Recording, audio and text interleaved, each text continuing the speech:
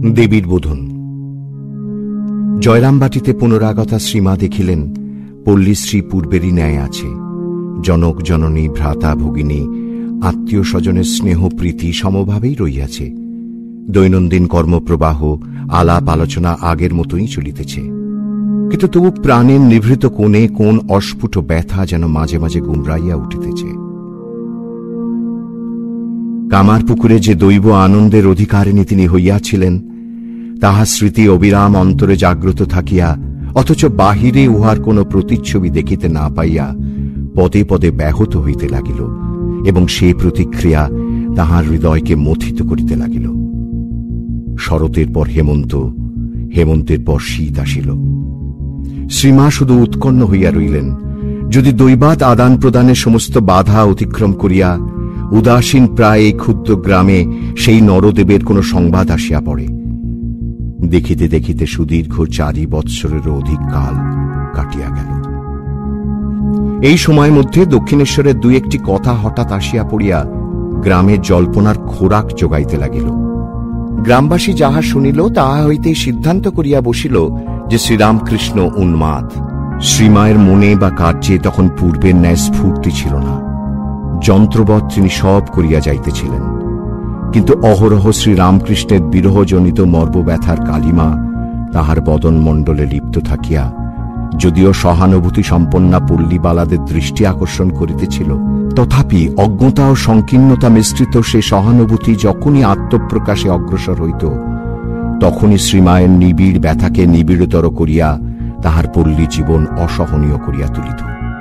সহানুভূতি দেখাইতে গিয়া তাহারা শ্রীমাকে জানাইত যে তাহার প্রতি অবজ্ঞার পাত্র, আর পরদুঃখে যারা আনন্দ পায় তাহারা অঙ্গুলি নির্দেশে মাকে দেখাইয়া বলিত পাগলের স্ত্রী, অথবা সহানুভূতির ছলে নিষ্ঠুর মনোবেদনা দিয়া বলিত ওমা, শ্যামার মেয়ের খ্যাপা জামাইয়ের সঙ্গে বিয়ে হয়েছে। এইসব অবাঞ্ছিত কথা শুনিবার ভয়ে শ্রী শ্রী মাতা ঠাকুরানী কাহারও বাড়িতে যাইতেন না। দিবারাত্র আপনাকে কাজের মধ্যেই ডুবাইয়া রাখিতেন। সতীর নিকট পতি নিন্দা অসহ্য, তাই তাহাকে একই স্থানে পিঞ্জরাবদ্ধ হইয়া থাকিতে হইত।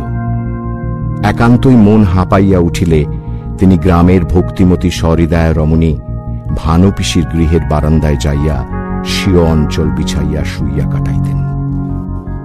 শুদ্ধ স্বভাবা ভানুপিসির একটা অন্তর্দৃষ্টি ছিল, যাহার প্রভাবে শ্রীরামকৃষ্ণের দিব্যভাবের আভাস পাইয়া তিনি শ্রীযুক্তা শ্যামাসুন্দরীকে বলিয়াছিলেন, বৌ ঠাকরুন, তোমার জামাই শিব, সাক্ষাৎ কৃষ্ণ। এখন যা বিশ্বাস করতে পারছ না, পরে পারবে বলে রাখছি। বিবাহের পর দ্বিতীয়বার জয়রামবাটি আসিয়া ঠাকুর যখন শ্রীমায়ের সহিত জোড়ে যান, তখন রসিকা ভানুপিসি হরগৌরীর কথা স্মরণ করিয়া গান ধরিয়াছিলেন, নাতনি তুই যেমন সুরূপা, তোর বর জুটেছে ন্যাংটা খ্যাপা। মনে রাখিতে হইবে যে মায়ের শরীর তখন ভালো ছিল এবং বর্ণও ছিল উজ্জ্বল। ভানুপিসি সেই আদিম কালেই ঠাকুর ও শ্রীমাকে হরগৌরী রূপে চিনিতে পারিলেও তিনি ভাবপ্রবণা ছিলেন বলিয়া লোকে তাহার কথা শুনিয়াও শুনিত না। তবু শ্রীমায়ের নিকট ভানুপিসির ঘরই ছিল সমস্ত গ্রামের মধ্যে একমাত্র জুড়াইবা স্থান। কিন্তু এইভাবে আত্মগোপনকে আত্মরক্ষার অদ্বিতীয় অস্ত্র করিয়া চিরকাল কাটিতে পারে না। অবশ্য ইহা সত্য যে শ্রীরামকৃষ্ণ সম্বন্ধে যেটুকুন কথা কানে আসিয়া পড়িত, তাহা তিনি শুনিলেও বিশ্বাস করিতেন না।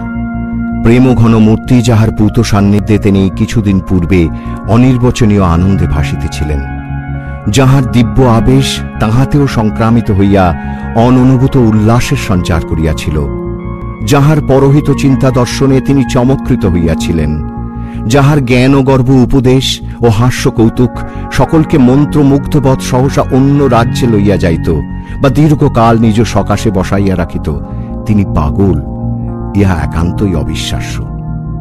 কিন্তু পল্লীর অজ্ঞ লোক তো শ্রী শ্রী ঠাকুরের উচ্চাবস্থা ধারণা করিতে পারে না। সুতরাং তাহাদের উদ্দাম কল্পনা অপ্রতিহত গতিতেই চলিতেছিল, আর তাহাদের সমালোচনারও শেষ ছিল না। সতীসাধ্যির তাই মনে হইল, সবাই এমন বলছে, আমি গিয়ে একবার দেখে আসি কেমন আছেন। তখন অর্থাৎ 1278 সালের চৈত্র মাসে এক পর্ব উপলক্ষে ওই অঞ্চলের অনেক স্ত্রীলোক গঙ্গা স্নানে যাইতেছিল।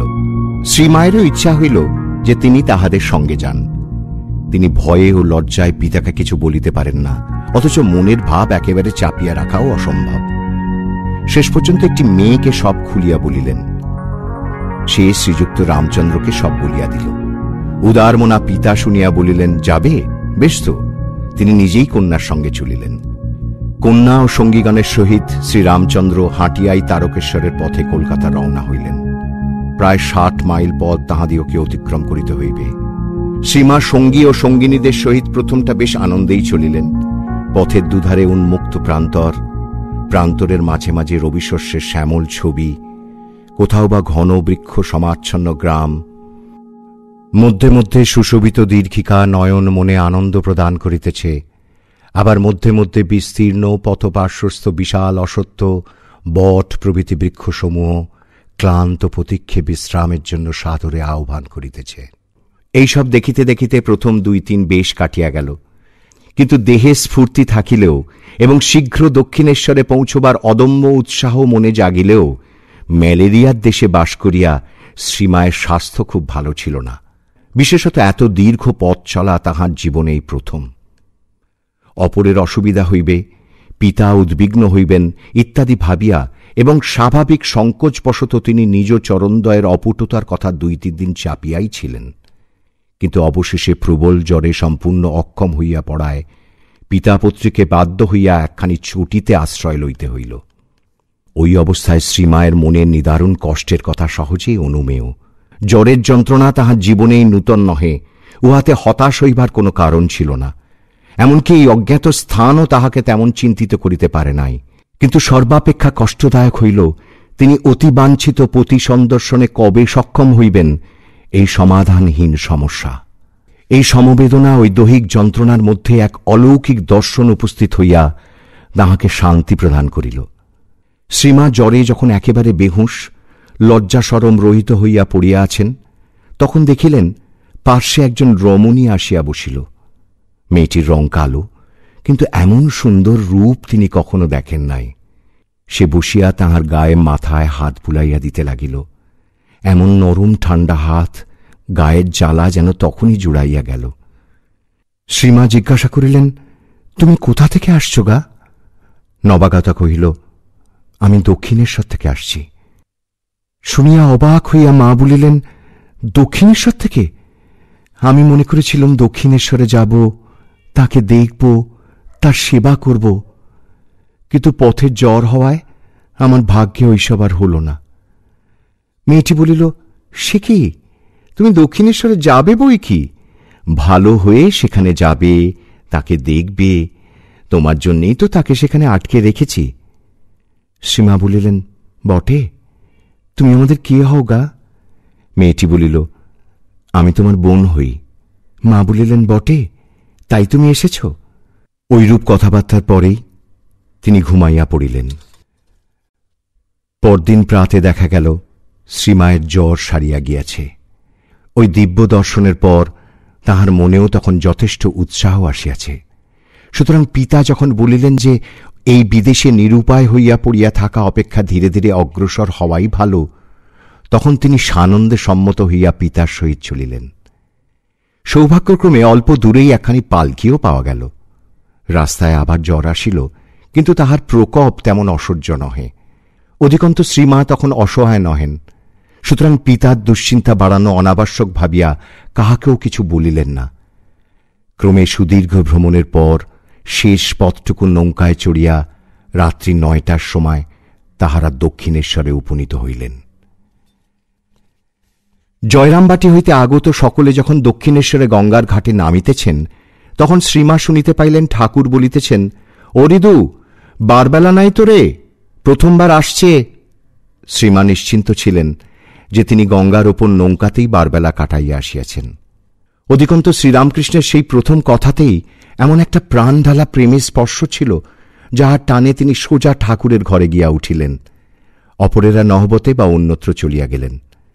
ঠাকুর শ্রীমাকে দেখিয়াই বলিলেন, তুমি এসেছ, বেশ করেছ। পরে পার্শ্বস্থ এক ব্যক্তিকে আদেশ করিলেন, মাদুর পেতে দে রে। ঘরেই মাদুর পাতা হইলে শ্রীমা উহাতে বসিয়া ঠাকুরের সহিত আলাপ করিতে লাগিলেন। ঠাকুর যখন জানিলেন যে শ্রীমা পীড়িতা, তখন তাহার চিকিৎসার ব্যবস্থা ও সুখ সুবিধার চিন্তায় অতিমাত্র উৎকণ্ঠিত হইয়া তিনি সক্ষেদে বারংবার বলিতে লাগিলেন, তুমি এতদিনে এলে, এখন কি আর আমার সেজবাবু আছে যে তোমার যত্ন হবে? আমার ডান হাত ভেঙে গেছে। তখন কয়েক মাস হয় 1871 সালের 16 জুলাই দক্ষিণেশ্বরের কালীবাটির প্রতিষ্ঠাত্রী রানী রাসমণির জামাতা ও শ্রীরামকৃষ্ণের প্রথম রসদদার মথুরানাথ দেহত্যাগ করিয়াছেন। প্রথম দর্শন ও আলাপাতি শেষ করিয়া শ্রীমান নহবতে যাইতে চাইলে ঠাকুর বাধা দিয়া বলিলেন, না না, ওখানে ডাক্তার দেখাতে অসুবিধে হবে, এই ঘরেই থাকো। শ্রীমায়ের জন্য পৃথক শয্যা রচিত হইল। মায়ের সঙ্গিনী একটি মেয়েরও তাহার সঙ্গে শুইবার ব্যবস্থা হইল। তখন কালীবাড়ির সকলের আহার শেষ হইয়া গিয়াছে, তাই শ্রীযুক্ত হৃদয় 2-3 ধামা মুড়ি লইয়া আসিলেন। পরদিন ঠাকুরের নির্দেশে ডাক্তার দেখানো হইল। সুচিকিৎসায় 3-4 দিনের মধ্যেই জ্বর সারিয়া যাওয়ায় শ্রীমা নহবতে চলিয়া গেলেন। শ্রী শ্রী ঠাকুরের জননী চন্দ্রমণিও তখন সেখানে থাকেন। তাহার দক্ষিণেশ্বরে প্রথম আগমনকালে বাবুদের কুঠির একখানি ঘর তাহার জন্য ছাড়িয়া দেওয়া হইয়াছিল। কিন্তু মথুরানাথের দেহত্যাগের কয়েক মাস পূর্বে ঠাকুরের ভ্রাতুষ্পুত্র অক্ষয় ওই ঘরেই পরলোক গমন করিলে চন্দ্রমণি দেবী আর সেখানে থাকিতে চাহিলেন না। তিনি নাতির শোক ভুলিবার জন্য নহবতে চলিয়া আসিলেন এবং বলিলেন, আর আমি ওখানে থাকব না, আমি এই নহবতের ঘরেই থাকব, গঙ্গাপানে মুখ করে রইব, কুঠিতে আর আমার দরকার নেই। শ্রীরামকৃষ্ণকে প্রত্যক্ষ দর্শনের ফলে শ্রীমায়ের চক্ষুকর্ণের বিবাদ ঘুচিল। পল্লীগ্রামের হৃদয়হীন অজ্ঞ লোকের মধ্যে কত কথাই না রটিয়াছিল। তাহার আরাধ্য দেবতা সেখানে পড়িয়াছিলেন পাগলের পর্যায়ে। এমনকি এত যে বিশ্বাসী মন শ্রীমায়ের, বারবার শুনিতে শুনিতে সে মনেও যেন কেমন একটু সন্দেহের আঁচ লাগিয়াছিল। কিন্তু আজ তিনি দেখিলেন যে দেবতা দেবতাই আছেন। পত্নীকে ভুলিয়া যাওয়া তো দূরের কথা, তিনি এখন যেন অধিকতর কৃপাপূর্ণ। অতএব শ্রীমায়ের কর্তব্য স্থির হইতে বেশি দিন লাগিল না। তিনি প্রাণের উল্লাসে নহবতে থাকিয়া ঠাকুর ও তাহার জননীর সেবায় আপনাকে ঢালিয়া দিলেন। তাহার পিতা ও কন্যার আনন্দ এবং ঠাকুরের সপ্রেম ও সশ্রদ্ধ ব্যবহারে আশ্বস্ত হইয়া কয়েকদিন পরেই হৃষ্টচিত্তে স্বগ্রামে ফিরিয়া গেলেন। শ্রীরামকৃষ্ণ কামারপুকুরে অবস্থানকালে তোতাপুরীর কথা আলোচনাপূর্বক নিজের সাধনলব্ধ ব্রহ্মজ্ঞানের গভীরতার পরীক্ষায় এবং পত্নীর প্রতি কর্তব্য পালনে অগ্রসর হইয়াছিলেন। পরে সুদীর্ঘ 4 বৎসর তাহার মন দৈব প্রেরণায় তীর্থ দর্শন ও বিবিধ সাধনাদিতে ব্যাপৃত ছিল। অধুনা ভগবদিচ্ছায় পত্নীকে সসন্নিধানে সমাগত দেখিয়া তিনি পুনর্বার অসমাপ্ত উভয় কর্তব্য সম্পাদনে যত্নপর হইলেন। সে কর্তব্য জাগতিক ক্ষেত্রে পতি পত্নীর চিরাচরিত ব্যবহার মাত্রে নিঃশেষিত না হইয়া অতি জাগতিক ভূমিতে গুরু শিষ্যের মন্ত্র ও সাধনা বা পূজ্য পূজকের কৃপা ও উপাসনা রূপে আত্মপ্রকাশ করিয়া মানবের আধ্যাত্মিক ভাণ্ডারে এক নবীন সম্পদ আনিয়া দিতে উদ্যত হইল। আমরা ঠাকুরের অনুষ্ঠিত ষোড়শী পূজা বর্ণনার ভূমিকা করিতেছি। সে অচিন্তপূর্ব ঘটনায় আসিবার পূর্বে এই দেব দম্পতির অপাপবিদ্ধ সম্বন্ধটি আমাদিগকে আরেকটু আলোচনা করিয়া দেখিতে হইবে। ঠাকুর এই সময় অবসর মতো গৃহকর্ম, আত্মীয়বর্গের প্রতি ব্যবহার, অপরের গৃহে ভব্যতা প্রভৃতি সাংসারিক শিক্ষা হইতে আরম্ভ করিয়া ভজন, কীর্তন, ধ্যান, সমাধি ও ব্রহ্মজ্ঞানের কথা পর্যন্ত সকল বিষয়ে শ্রীমাকে উপদেশ দিয়াছিলেন। এই সকল তত্ত্বকথা শুনিয়া শ্রীমায়ের নিকটে মানব জীবনের কর্তব্য ও উদ্দেশ্য অতি স্পষ্টভাবেই প্রকটিত হইয়াছিল। ঠাকুর তাহাকে একদিন বলিয়াছিলেন, চাঁদা মামা যেমন সব শিশুর মামা, তেমনি ঈশ্বর সকলেরই আপনার। তাকে ডাকবার সকলেরই অধিকার আছে। যে ডাকবে তিনি তাকেই দেখা দিয়ে কৃতার্থ করবেন। তুমি ডাকো তো তুমিও দেখা পাবে। তিনি উপদেশ দিয়াই ক্ষান্ত হইতেন না। শ্রীমা ওই সকল কথা কতটা কিরূপে জীবনে প্রতিপালন করিতেছেন তাহারও খোঁজ রাখিতেন। শ্রীমা সারাদিন নহবতে থাকিয়া সংসারের কাজকর্ম করিতেন, কিন্তু প্রতি রাত্রে তিনি ঠাকুরের ঘরে তাহারই শয্যায় শয়নের অনুমতি পাইয়াছিলেন। ইহারই একসময় শ্রীমাকে একান্তে পাইয়া ঠাকুর পরীক্ষাচ্ছলে জিজ্ঞাসা করিয়াছিলেন, কি গো, তুমি কি আমায় সংসার পথে টেনে নিতে এসেছ? শ্রীমা বিন্দুমাত্র ইতস্তত না করিয়া উত্তর দিয়াছিলেন, না, আমি তোমাকে সংসার পথে কেন টানতে যাব? তোমার ইষ্ট পথেই সাহায্য করতে এসেছি। শ্রীমাও একদিন ঠাকুরের পদসংবাহন করিতে করিতে জানিতে চাহিলেন, আমাকে তোমার কি বলে মনে হয়? ঠাকুর তদুত্তরে বলিলেন, যে মা মন্দিরে আছেন তিনিই এই শরীরের জন্ম দিয়েছেন ও এখন নহবতে বাস করছেন, আর তিনিই এখন আমার পদসেবা করছেন। সাক্ষাৎ আনন্দময়ী রূপ বলে তোমায় সর্বদা সত্য সত্য দেখতে পাই। পাঠক এক্ষণে ভাবুন, আমরা এই কাহাদের দেবলীলা বর্ণনে অগ্রসর হইয়াছি। কাম ও গন্ধশূন্য মানবীয় দেহ সম্বন্ধবিহীন এই অপার্থিব প্রেম ও লীলার অনুসরণ করিতে হইলে আমাদিগকে অন্তত মুহূর্তকালের জন্য আত্মসমাহিত হইতে হইবে। মাতা ঠাকুরানী শ্রীরামকৃষ্ণের গৃহে তাহারই পার্শ্বে শয়ন করিতে যান, কিন্তু ইহা তো সাধারণ দাম্পত্য জীবন নহে। পূর্ণ যৌবন শ্রী শ্রী ঠাকুর ও নবযৌবনা শ্রী শ্রী মাতা ঠাকুরানী অধুনা যে আত্মপরীক্ষায় কিংবা জনসমাজের শিক্ষাপ্রদ লীলাবিলাসে প্রবৃত্ত হইয়াছেন, তাহার নিকট অগ্নি পরীক্ষাও তুচ্ছ প্রতীত হয়। দেহবোধ বিরহিত ঠাকুরের প্রায় সমস্ত রাত্রি তখন সমাধিতে অতিবাহিত হইত। তাদৃশ সমাধির এক বিরামক্ষণে তিনি পার্শ্বে শায়িতা শ্রীমায়ের রূপ ও যৌবন সম্পন্ন শ্রী অঙ্গের প্রতি দৃষ্টি নিক্ষেপপূর্বক বিচারে প্রবৃত্ত হইলেন। মন, এরই নাম স্ত্রী শরীর। লোকে একে পরম উপাদেয় ভোগ্য বস্তু বলে জানে এবং ভোগ করবার জন্য সর্বক্ষণ লালায়িত হয়, কিন্তু একে গ্রহণ করলে দেহেই আবদ্ধ থাকতে হয়। সচ্চিদানন্দ ঘন ঈশ্বরকে লাভ করা যায় না। ভাবের ঘরে চুরি করো না, পেটে একখানা মুখে একখানা রেখো না। সত্য বলো, তুমি একে গ্রহণ করতে চাও অথবা ঈশ্বরকে চাও? যদি একেই চাও তো এই তোমার সম্মুখে রয়েছে, নাও। এইরূপ বিচারপূর্বক ওই অঙ্গ স্পর্শনের জন্য হস্ত প্রসারণ করিবা মাত্র মন সহসা কুণ্ঠিত ও উচ্চ সমাধিপথে ধাবিত হইয়া বিলীন হইয়া গেল। সে রাত্রে আর সাধারণ ভূমিতে নামিয়া আসিল না। পরদিন বহুক্ষণ ঈশ্বরের নাম শ্রবণ করাইয়া তাহাকে ব্যবহারিক জগতে নামাইয়া আনা সম্ভব হইল। শ্রীমা একাদিক্রমে ৮ মাস ঠাকুরের সঙ্গে এক শয্যায় শয়ন করিয়াছিলেন। তখন ঠাকুরের মন যেমন ঊর্ধ্বলোকে বিচরণ করিত, মায়ের মনও তেমনি এই আরাধ্য দেবতার ধ্যানেই নিমগ্ন থাকিত। সুতরাং কাহারও মনে ভোগস্পৃহার অবকাশ ছিল না। এইভাবে দিনের পর দিন, মাসের পর মাস শ্রীমাকে অতি নিকটে থাকিতে দিয়া ঠাকুর তাহার মধ্যে বিন্দুমাত্র ভোগেচ্ছা দেখিতে পান নাই। তাই পরবর্তীকালে ভক্তদের নিকট এই পবিত্রতা স্বরূপিণীর মহিমা খ্যাপন করিয়া বলিয়াছিলেন, ও যদি এত ভালো না হতো, আত্মহারা হয়ে তখন আমাকে আক্রমণ করত, তাহলে আমার সংযমের বাঁধ ভেঙে দেহ বুদ্ধি আসত কিনা কে বলতে পারে। বিয়ের পর মাকে ব্যাকুল হয়ে বলেছিলাম, মা, আমার পত্নীর ভেতর থেকে কামভাব এককালে দূর করে দে। ওর সঙ্গে একত্রে বাস করে এই কালে বুঝেছিলাম মা সে কথা সত্য সত্যই শুনেছিলেন। লীলাচ্ছলে ঠাকুর যাহাই বলিয়া থাকুন না কেন, আমরা কিন্তু জানি যে আত্মতৃপ্ত, আত্মরতি ও আত্মক্রীড় শ্রীরামকৃষ্ণের কোনো অবস্থাতেই সংযমের বাঁধ ভাঙিবার সম্ভাবনা ছিল না, এবং সাক্ষাৎ জগদম্বা শ্রীমায়ের পবিত্রতার জন্য অপরের নিকট প্রার্থনার প্রয়োজন ছিল না।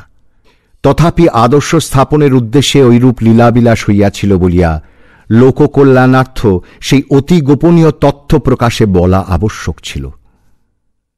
স্বামী ও স্ত্রী পরস্পরকে ঘনিষ্ঠতম রূপে জানেন, সুতরাং লোকদৃষ্টিতে শ্রীমায়ের বিষয়ে ঠাকুরের এবং ঠাকুরের সম্বন্ধে শ্রীমায়ের সাক্ষ্য প্রদানের একটা নিজস্ব সার্থকতা আছে। অন্য বহুভাবে ও বহু কথাচ্ছলে শ্রীমায়ের সহিত ঠাকুরের সম্বন্ধ প্রকটিত হইয়া থাকিলেও ওই অভিব্যক্তির ধারা পরিপূর্ণতা লাভ করিয়াছিল ষোড়শী পূজায়। সে পূজার তাৎপর্য ঠাকুরের দিক হইতে আলোচনা স্থান ইহা নয়, মায়ের দিক হইতে আমরা ইহা বুঝিতে চেষ্টা করিব। ক্ষুদ্র বালিকাকে ঠাকুর পত্নীরূপে গ্রহণ করিয়াছিলেন। কামারপুকুরে অবস্থানের সুযোগে তাহাকে দিব্য প্রেমের আস্বাদ প্রদান করিয়াছিলেন এবং কামারপুকুর ও দক্ষিণেশ্বরে তাহাকে লৌকিক ও দেবজীবনোচিত অপূর্ব সম্পদ রাশিতে ভূষিত করিয়াছিলেন। অধুনা নারীর দেবীত্বের উদ্বোধনের সময় সমাগত, যাহাকে ঠাকুর অতঃপর স্বীয় লীলা সম্পূরণের জন্য রাখিয়া যাইবেন, তাহাকে অন্তরের পূজা প্রদানপূর্বক নিজ সকাশে ও জনসমাজে সম্মানিত ও মহিমমণ্ডিত এবং সেই দেবীকে স্বীয় শক্তি বিষয়ে অবহিত করার প্রয়োজন ছিল। এই জন্যেই ষোড়শী পূজার আয়োজন। শ্রীমায়ের প্রথম আগমনের পর তাহার সহিত কিছুদিন এক শয্যায় শয়ন করিয়া ঠাকুর তাহার পবিত্রতা সম্বন্ধে সম্পূর্ণ নিঃসন্দিগ্ধ হইয়াছেন। অতঃপর 1279 সালের 24শে জ্যৈষ্ঠ, ইংরাজি 5ই জুন 1872 খ্রিস্টাব্দ, অমাবস্যা তিথিতে ফলহারিণী কালিকা পূজার দিন আসিল। আজ রাত্রে শ্রী শ্রী জগদম্বাকে তাহার ষোড়শী শ্রীবিদ্যা বা ত্রিপুর সুন্দরী মূর্তিতে আরাধনা করিবার আগ্রহ শ্রী শ্রী ঠাকুরের মনে জাগ্রত হইয়াছে। কিন্তু পূজার আয়োজন মন্দিরে না হইয়া ঠাকুরের অভিপ্রায়ানুসারে গুপ্তভাবে তাঁহারই কক্ষে হইয়াছে। এইসব কার্যে ঠাকুর হৃদয়ের সাহায্য লইতেন, কিন্তু হৃদয় আজ কালী মন্দিরে বিশেষ পূজায় ব্রতী। সুতরাং তিনি ঠাকুরকে যথাসম্ভব সাহায্য করিয়া মন্দিরে চলিয়া গেলেন। পরে রাধা গোবিন্দের রাত্রিকালীন সেবা পূজা শেষ করিয়া দিনু পূজারী ঠাকুরের ঘরে আসিয়া অবশিষ্ট আয়োজনে মন দিলেন। পূজাদ্রব্য সমস্ত যথাস্থানে সজ্জিত হইল। আরাধ্যা দেবীর কোন প্রতিমা না থাকিলেও তাহার জন্য আলিম্পন শোভিত পীঠ ঠাকুরের চৌকির উত্তরে পূজকের সম্মুখে স্থাপিত হইল। এইরূপে ষোড়শীর পূজার সমস্ত আয়োজন শেষ করিতে রাত্রি 9টা বাজিয়া গেল। দিনু পূজারী তখন চলিয়া গেলেন। শ্রীমাকে পূজাকালে উপস্থিত থাকিবার জন্য ঠাকুর পূর্বেই বলিয়া পাঠাইয়াছিলেন। এখন তিনি ঘরে আসিয়া নিবিষ্ট মনে ঠাকুরের পূজা দেখিতে লাগিলেন। ঠাকুর পূর্বমুখ হইয়া পশ্চিম দিকের দরজার কাছে বসিয়াছিলেন। মন্ত্রোচ্চারণ সহকারে পূজাদ্রব্য সকল শোধনের পর তিনি যথাবিধি পূর্বকৃত্য শেষ করিলেন এবং শ্রীমাকে নির্দিষ্ট পীঠে উপবেশনের জন্য ইঙ্গিত করিলেন। পূজা দেখিতে দেখিতে মাতা ঠাকুরানীর অর্ধবাহ্যদশা উপস্থিত হইয়াছিল। সুতরাং কেন কি করিতেছেন ইত্যাদি না ভাবিয়া তিনি মন্ত্রমুগ্ধার ন্যায় পশ্চিমাশ্ব হইয়া ঠাকুরের সম্মুখস্থ পীঠে উপবেশন করিলেন। তখন মন্ত্রপুত কলসের জল লইয়া ঠাকুর বারংবার শ্রীমায়ের অভিষেক করিলেন। তারপর তাহাকে মন্ত্র শ্রবণ করাইয়া প্রার্থনা মন্ত্র উচ্চারণ করিলেন। হে বালে, হে সর্বশক্তির অধীশ্বরী মা ত্রিপুর সুন্দরী, সিদ্ধিদ্বার উন্মুক্ত করো। ইহার শ্রীমায়ের শরীর মনকে পবিত্র করিয়া ইহাতে আবির্ভূতা হইয়া সর্বকল্যাণ সাধন করো। পরে তিনি মাতা ঠাকুরানীর অঙ্গে মন্ত্র সকলের যথাবিধি বিন্যাস করিয়া সাক্ষাৎ দেবী জ্ঞানে তাহাকে ষোড়শোপচারে পূজা করিলেন। পূজান্তে ভোগ নিবেদিত হইল। অবশেষে পূজক নিবেদিত মিষ্টান্নাদের কিয়দংশ স্বহস্তে তুলিয়া লইয়া দেবী শ্রীমুখে প্রদান করিলেন। দেখিতে দেখিতে বাহ্য জ্ঞান শূন্যা শ্রীমা সমাধিস্থ হইলেন। ঠাকুরও অর্ধবাহ্যদশায় মন্ত্রোচ্চারণ করিতে করিতে সমাধি রাজ্যে চলিয়া গেলেন। সেই ভূমিতে আত্মসংস্থ পূজক ও পূজিতা আত্মস্বরূপে পূর্ণভাবে একীভূত হইলেন। এই প্রকারে দীর্ঘকাল কাটিয়া যখন মধ্যরাত বহুক্ষণ অতীত হইয়াছে, তখন আত্মারাম ঠাকুরের বুত্থানের কিছু কিছু লক্ষণ দেখা দিল। অর্ধবাহ্যদশায় উপনীত হইয়া তিনি দেবীকে আত্মনিবেদন করিলেন। অনন্তর আপনার সহিত নিজ সাধনার ফল এবং জপের মালা প্রভৃতি সর্বস্ব দেবী শ্রীচরণে চিরকালের জন্য বিসর্জন দিয়া মন্ত্রোচ্চারণ করিতে করিতে তাহাকে প্রণাম করিলেন। হে সর্বমঙ্গলের মঙ্গলস্বরূপে, হে সর্বকর্ম নিষ্পন্নকারিণী, হে শরণদায়িনী ত্রিনয়নী শিবগেহিনী গৌরী, হে নারায়ণী, তোমাকে প্রণাম করি। পূজা সমাপ্ত হইল। মূর্তিমতী বিদ্যারূপিণী মানবীর দেহাবলম্বনে ঈশ্বরীর উপাসনাপূর্বক ঠাকুরের সাধনার পরিসমাপ্তি হইল। শ্রী শ্রী মাতা ঠাকুরানীরও দেবী মানবিত্বের পূর্ণ বিকাশের দ্বার অর্গলমুক্ত হইল।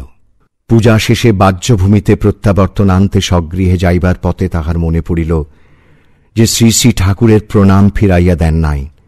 তাই তাহাকে মনে মনে প্রণাম করিয়া নবতে ফিরিলেন। শ্রীমা তখন ৮৮ বর্ষ সমাপনান্তে ঊনবিংশ বর্ষে পদার্পণ করিয়াছেন। তবে তিনি ভ্রমক্রমে প্রায়ই বলিতেন, আমি তখন ১৬ বছরে পড়েছি। উৎসুক ভক্ত নরনারী তাকে জিজ্ঞাসাপূর্বক আর যে সকল কথা অবগত হইয়াছিলেন, আমরা এখানে তাহার সার সংকলন করিতেছি। পূজার প্রথমে ঠাকুর শ্রীমায়ের পদযুগলে আলতা, কপালে সিঁদুর পরাইয়া দিলেন, অঙ্গে নূতন বস্ত্র পরিধান করাইলেন, মুখে পান মিষ্টি প্রদান করিলেন। এই বর্ণনা শুনিয়া লক্ষ্মী দিদি যখন সহাস্যে প্রশ্ন করিলেন, তুমি তো অত লজ্জা করো, কাপড় কি করে পরালেন গো? মা সরলভাবে উত্তর দিলেন, আমি তখন কিরকম যেন হয়ে গিয়েছিলুম। মা গঙ্গাজলের জালার দিকে মুখ করিয়া বসিয়াছিলেন। তাহার দক্ষিণ দিকে পূজা সামগ্রী সজ্জিত ছিল। পূজাকালে কক্ষের দ্বার রুদ্ধ থাকায় কেহ উহা জানিতে পারে নাই, অথবা বাহিরের উৎসবের কোলাহলে পূজার ব্যাঘাত হয় নাই। গৃহে ঠাকুর ও মা ব্যতীত কেহ ছিলেন না। শেষাশেষি হৃদয় আসিয়াছিলেন। পূজাবসানে মায়ের এক সমস্যা উপস্থিত হইল। পূজায় প্রাপ্ত শাঁখা শাড়ি ইত্যাদি দ্রব্যের কিরূপ ব্যবস্থা হইবে? কারণ তাহার তো আর গুরুমা ছিলেন না যে তাহাকে দিবেন। সর্ববিষয়ে ব্রহ্মদৃষ্টি সম্পন্ন ঠাকুর ইহা শুনিয়া একটু ভাবিয়া বলিলেন, তা তোমার গর্ভধারিণী মাকে দিতে পারো, কিন্তু দেখো তাকে যেন মানুষ জ্ঞান করে দিও না, সাক্ষাৎ জগদম্বা ভেবে দেবে। শ্রীমা তাহাই করিয়াছিলেন। শ্রীমা ভাবরাজ্যে আরূঢ় হইয়া ঠাকুরের পূজা ও তৎসহ তাহার সাধনলব্ধ সমস্ত ফল গ্রহণ করিলেন। বস্তুত তিনি বিনা সাধনায় সমস্ত সিদ্ধির অধিকারিণী হইলেন। অধিকন্ত বুদ্ধিত অবস্থায়ও তিনি সর্বজীবে ব্রহ্মবুদ্ধি রাখিতে শিখিলেন। এদিকে শ্রী শ্রী ঠাকুরও সহধর্মিণীর প্রতি সর্বশ্রেষ্ঠ কর্তব্য পালন করিয়া দায়মুক্ত হইলেন। ষোড়শী পূজার পরেও শ্রীমা ৫-৬ মাস রাত্রিকালে ঠাকুরের শয্যাপার্শ্বে শয়ন করিয়াছিলেন। অদ্ভুত ঠাকুরের ভাব ও সমাধির সহিত তখনও পূর্ণ পরিচয় না ঘটায় তিনি একদিকে যেমন পতি সান্নিধ্যে আনন্দ পাইতেন, অন্যদিকে তেমনি ভয়ে বিনিদ্র রজনী যাপন করিতেন। তিনি নিজে বলিয়াছেন, সে যে কি অপূর্ব দিব্যভাবে থাকতেন তা বলে বোঝাবার নয়। কখনো ভাবের ঘুরে কত কি কথা, কখনো হাসি, কখনো কান্না, কখনো একেবারে সমাধিতে স্থির হয়ে যাওয়া, এইরকম সমস্ত রাত। সে কি এক আবির্ভাব আবেশ! দেখে ভয়ে আমার সর্বশরীর কাঁপত, আর ভাবতুম কখন রাতটা পোহাবে। ভাব সমাধির কথা তখন তো কিছু বুঝি না। একদিন তারা সমাধি ভাঙে না। দেখে ভয়ে কেঁদে কেটে কালীর মাকে দিয়ে হৃদয়কে ডেকে পাঠালুম। সে এসে কানের নাম শোনাতে শোনাতে তবে কতক্ষণ পরে তার চৈতন্য হয়। পরদিন ঐরূপে ভয়ে কষ্ট পাই দেখে তিনি নিজে শিখিয়ে দিলেন, এই রকম ভাব দেখলে এই নাম শোনাবে, এই রকম ভাব দেখলে এই বীজ শোনাবে। তখন আর তত ভয় হতো না। ওইসব শোনালেই তাঁর আবার হুঁশ হতো। তারপর অনেক দিন এই রকমে গেলেও কখন তার কি ভাব সমাধি হবে বলে সারা রাত্রি জেগে থাকি ও ঘুমোতে পারি না। একথা একদিন জানতে পেরে নহবতে আলাদা শুতে বললেন। শ্রীমা নহবতেই থাকুন আর ঠাকুরের ঘরেই থাকুন, তিনি ঠাকুর ও ঠাকুরের জননীর সেবাকেই সম্বল করিয়াছিলেন। ঠাকুরের জননী শেষ বয়সে চলৎশক্তিহীন হইয়া বধূর উপর অনেক বিষয় নির্ভর করিতেন। শ্রীমা ইহা জানিতেন, তাই বৃদ্ধা কোনো প্রয়োজনে যখনই তাহাকে ডাকিতেন তখনই তিনি সবেগে তাহার পার্শ্বে উপস্থিত হইতেন।